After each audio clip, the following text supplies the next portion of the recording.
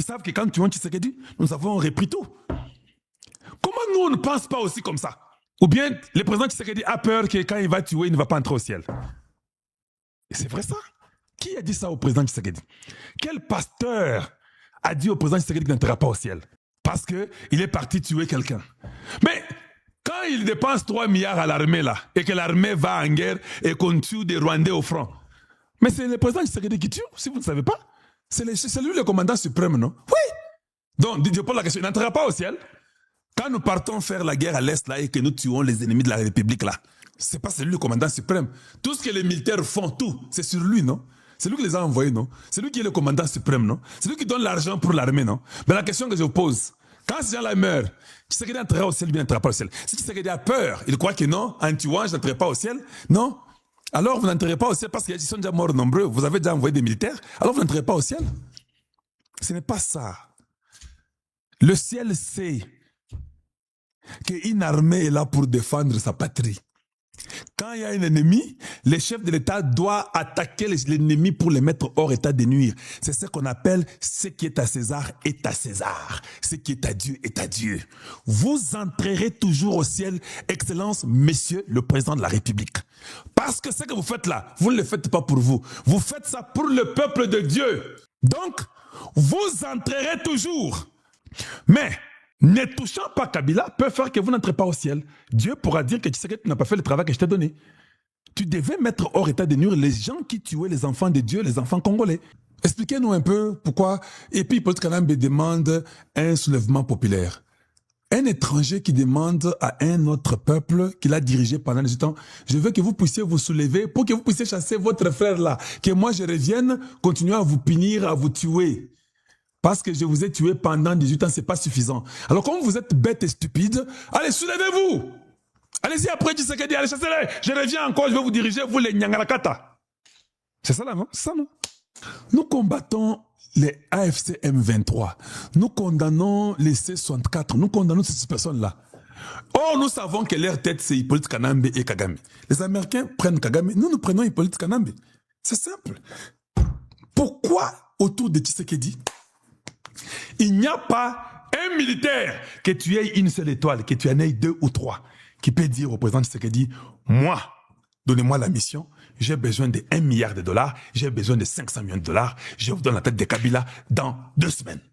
Je vais vous mettre d'abord quelqu'un, vous l'écoutez vous-même. C'est un soldat congolais. Nous avons juré, nous avons prêté serment de défendre ce pays. Mais ce n'est pas dans ces mêmes conditions qu'on les fait. Hein.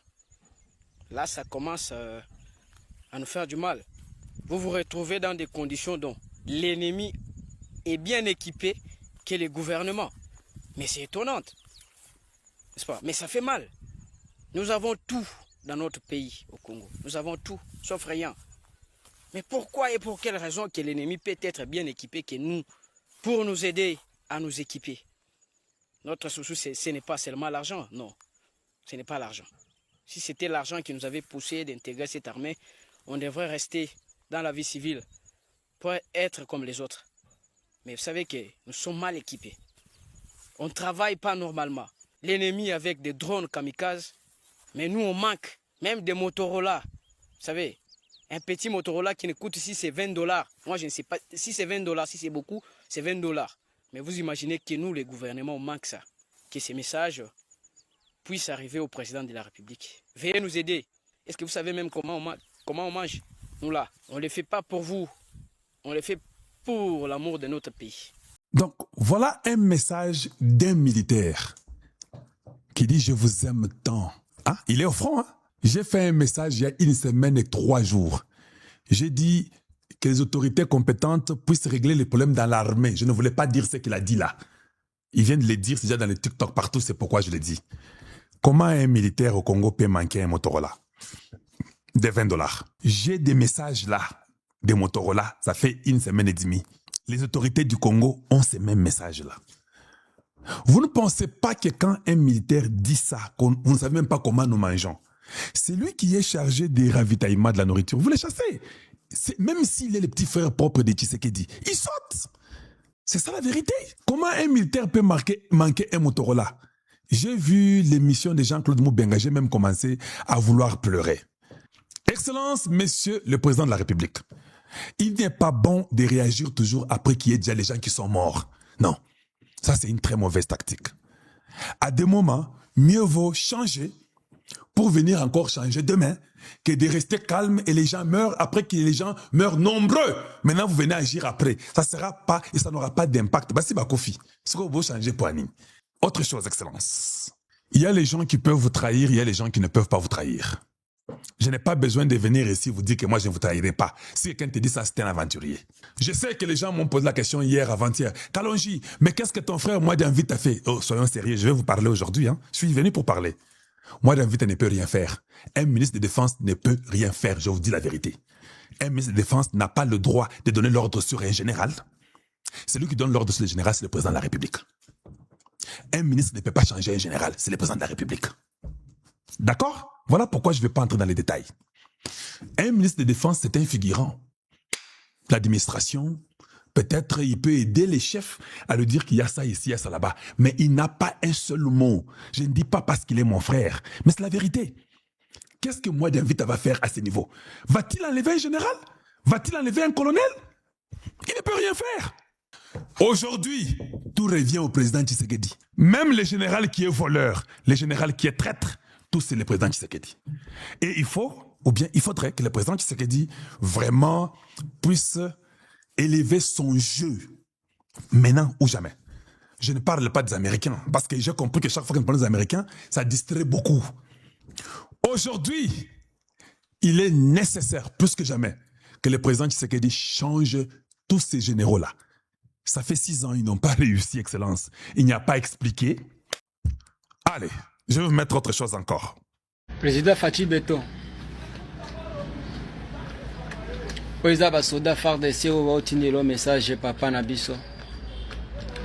Pourquoi milieu à basoda ezo kufa? Botinda ka basoda na este bazo kufa. Mais bosa lelo komo kote. Biso basoda toza na posa ko bunda, mais bino ba konzi botila ko bomisa biso. Est-ce que FDC ezangi ba drone oya ko bundela mboka? Tozui Minembwe. Pas même 48 heures tolongwe lisusu na Minembwe. Baza na drone eza likolo, mais biso to na drone ko kwisa, to na arme ta ko kwisa drone wana. Tine to ko tika Minembwe. Wabi combien de soldats ba ko monsieur président Tshisekedi? Toza bana batu tangu to bunda boye po to lingi mboka pe to lingio. Mais yo pe linga biso, yeba biso na valeur. Ba journaliste bolo bila likamboyo. Voilà, vous avez entendu, non? Et tout le monde parle de la même chose. Les militaires disent qu'il y a des drones que l'ennemi est en train d'utiliser. Les drones, ça vient du Rwanda. Ça survole 1500 km ou bien 1000 km pour arriver jusqu'à Minembwe et ça tombe sur les jeunes Congolais. Excellence, Monsieur le Président de la République, est-ce que nous avons même une minute de garder les chefs d'état-major? Je pose la question. Une seule minute de plus que vous devez garder les chefs d'état-major? Non. Vous n'avez même pas une minute. Donc, comment un général qui a des militaires au front, les gens, on a dépensé l'argent pour former ces jeunes-là. Ce sont les assets de la République. Je vais vous dire une chose. Je n'ai pas besoin de dire ça, mais je vais le dire.